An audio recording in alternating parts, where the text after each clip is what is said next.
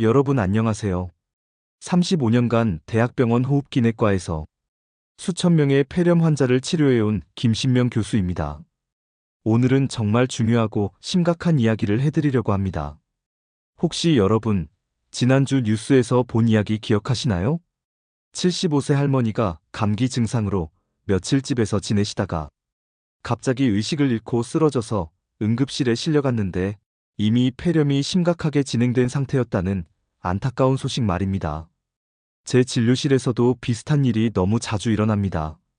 바로 지난주 일요일 새벽 2시에 응급실로 급히 실려온 72세 박순옥 할머니 이야기부터 들려드릴게요.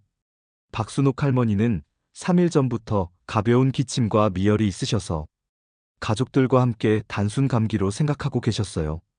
평소 건강하셨던 할머니라서 별로 걱정하지 않았죠. 그런데 그날 새벽 갑자기 숨이 가빠지기 시작하시더니 의식이 흐려지셔서 급하게 119를 불러야 했습니다. 응급실에서 촬영한 흉부 X-레이 결과는 충격적이었어요. 양쪽 폐에 폐렴이 광범위하게 퍼져 있었고 혈중 산소 농도도 심각하게 떨어진 상태였습니다. 만약 하루만 더 늦었다면 정말 위험했을 뻔한 상황이었죠. 할머니 가족분들은 그때서야 깨달으셨어요. 그냥 감기인 줄 알았는데 이렇게 심각할 줄 몰랐다고 하시면서 자책하시더라고요. 하지만 이건 할머니 가족의 잘못이 아닙니다. 고령자 폐렴의 무서운 특징이 바로 이런 거거든요. 여러분, 고령자 폐렴은 정말 조용한 살인자라고 부를 만큼 무서운 질병입니다. 왜냐하면 초기 증상이 감기와 너무 비슷해서 환자도 가족도 심각성을 모르고 넘어가는 경우가 대부분이기 때문이에요. 하지만 오늘 제가 알려드리는 전조 증상과 조기 발견법만 제대로 알고 계시면 소중한 가족의 생명을 구할 수 있습니다. 이 영상 하나가 여러분 가족의 생명을 구하는 골든타임이 될 수 있어요.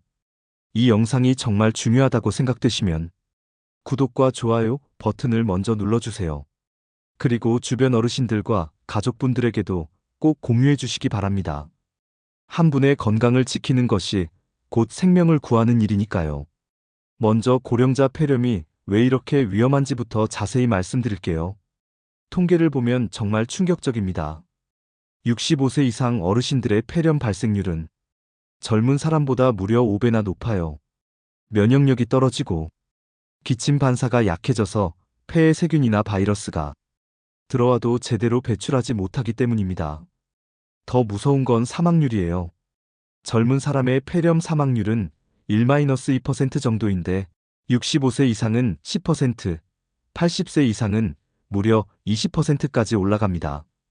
폐렴으로 인한 사망자 중 95% 이상이 65세 이상 고령자라는 통계도 있어요.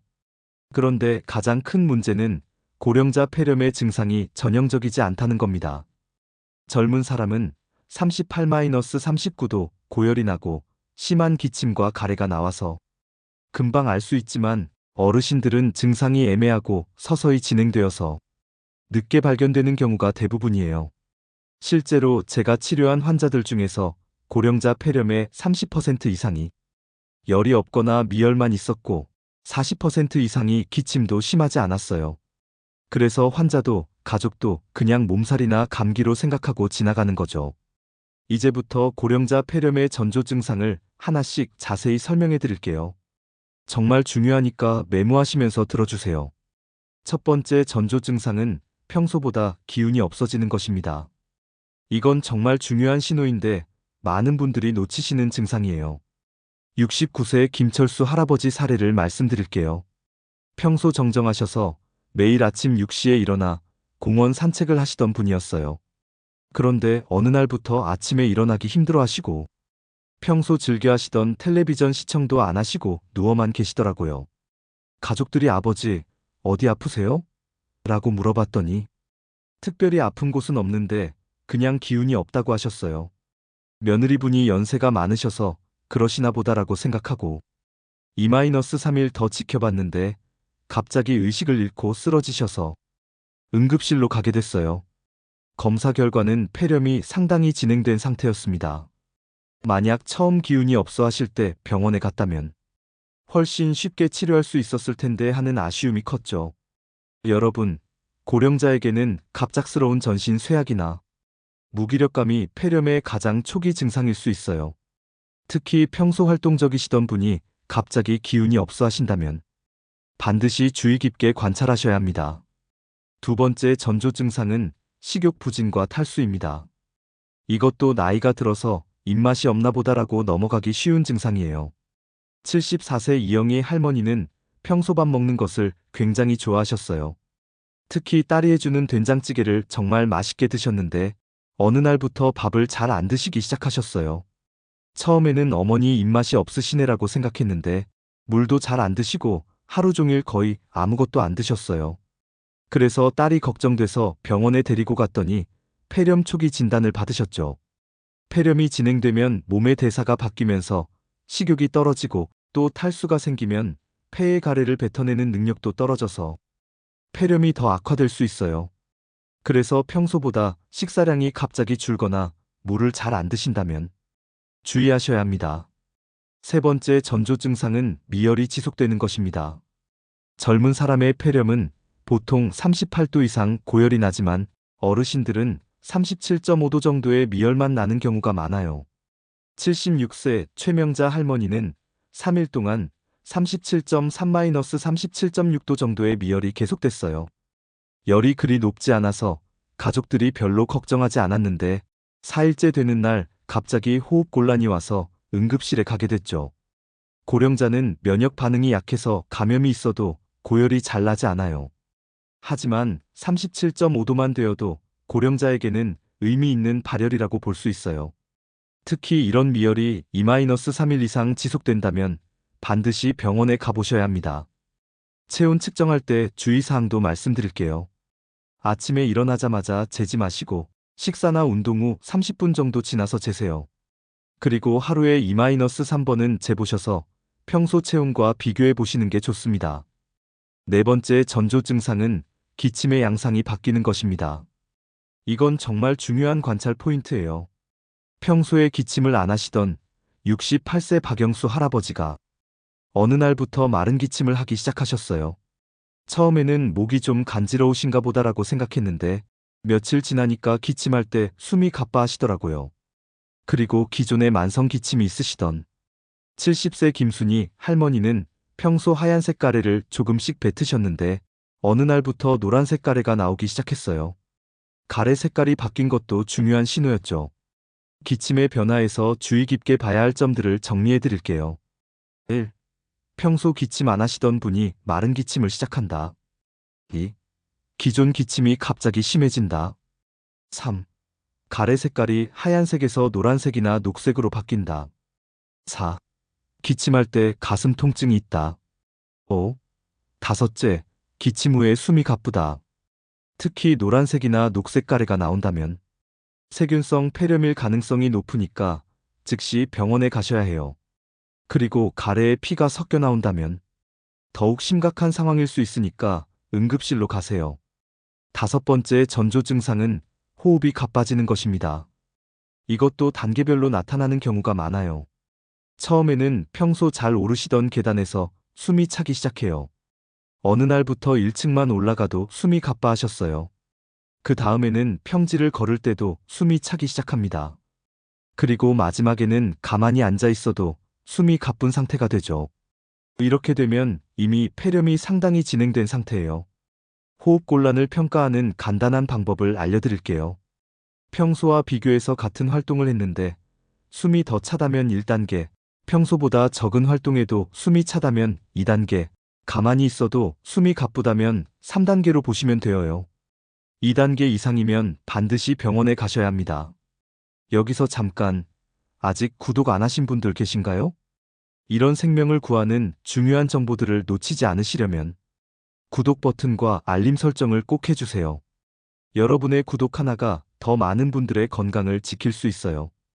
이제 이런 전조 증상들이 나타났을 때 어떻게 대처해야 하는지 말씀드릴게요. 첫 번째, 절대 혼자 판단하지 마세요. 나이가 들어서 그런가 보다 감기인 것 같다라고 혼자 판단하면 위험해요. 고령자 폐렴은 증상이 애매해서 전문의도 진단이 쉽지 않은 경우가 많거든요. 두 번째, 조기에 병원에 가세요. 앞서 말씀드린 전조 증상 중에서 E-3개 이상이 나타나거나 증상이 E-3일 이상 지속된다면 반드시 병원에 가보세요.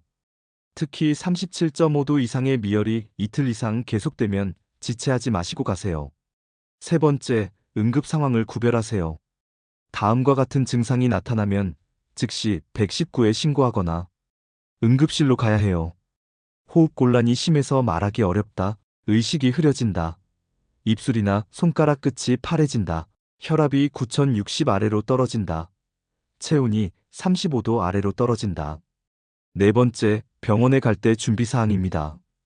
평소 복용하는 약 목록을 준비하고 언제부터 어떤 증상이 시작됐는지 정리해서 가세요. 그리고 가능하면 가족이 함께 가서 정확한 병력을 설명해 주는 게 좋아요. 이제 폐렴 예방법에 대해 자세히 말씀드릴게요. 예방이 치료보다 훨씬 중요하거든요. 첫 번째 예방법은 예방접종입니다. 65세 이상이시면 반드시 두 가지 백신을 맞으셔야 해요. 독감 예방접종과 폐렴구균 예방접종이에요. 독감 백신은 매년 10-11월에 맞으시면 되고, 폐렴구균 백신은 65세에 처음 맞고 5년 후에 한 번 더 맞으시면 됩니다. 국가에서 무료로 제공하니까 꼭 맞으세요.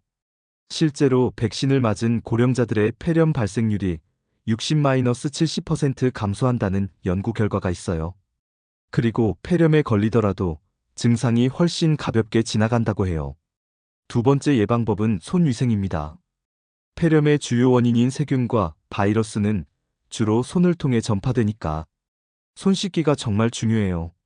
비누로 30초 이상 깨끗하게 씻으시고, 특히 외출 후, 식사 전, 화장실 다녀온 후에는 반드시 손을 씻으세요. 손세정제를 사용하셔도 좋아요. 세 번째 예방법은 금연과 금주입니다.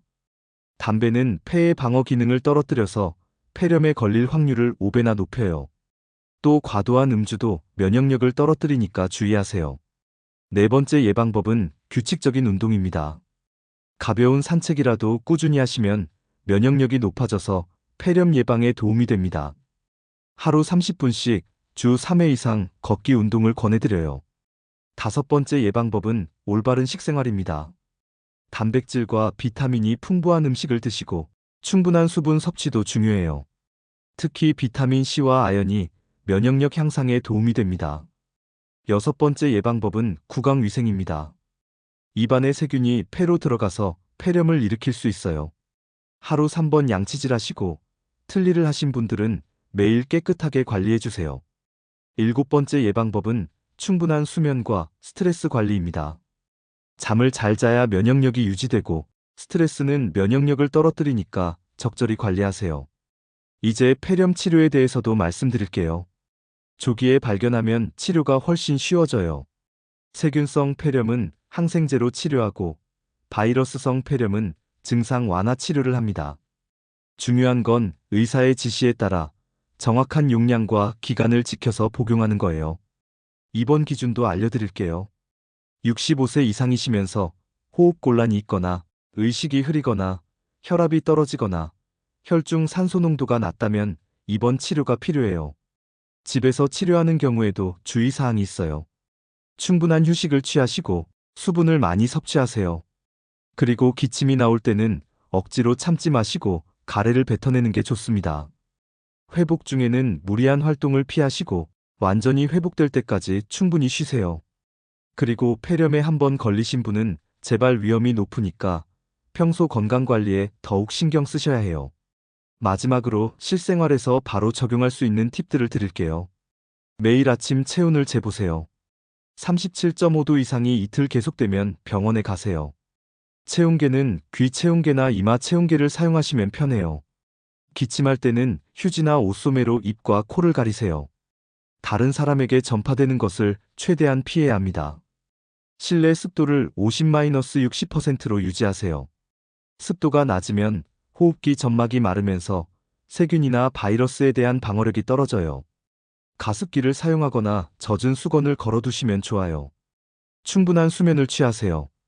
하루 7-8시간은 주무셔야 면역력이 유지됩니다.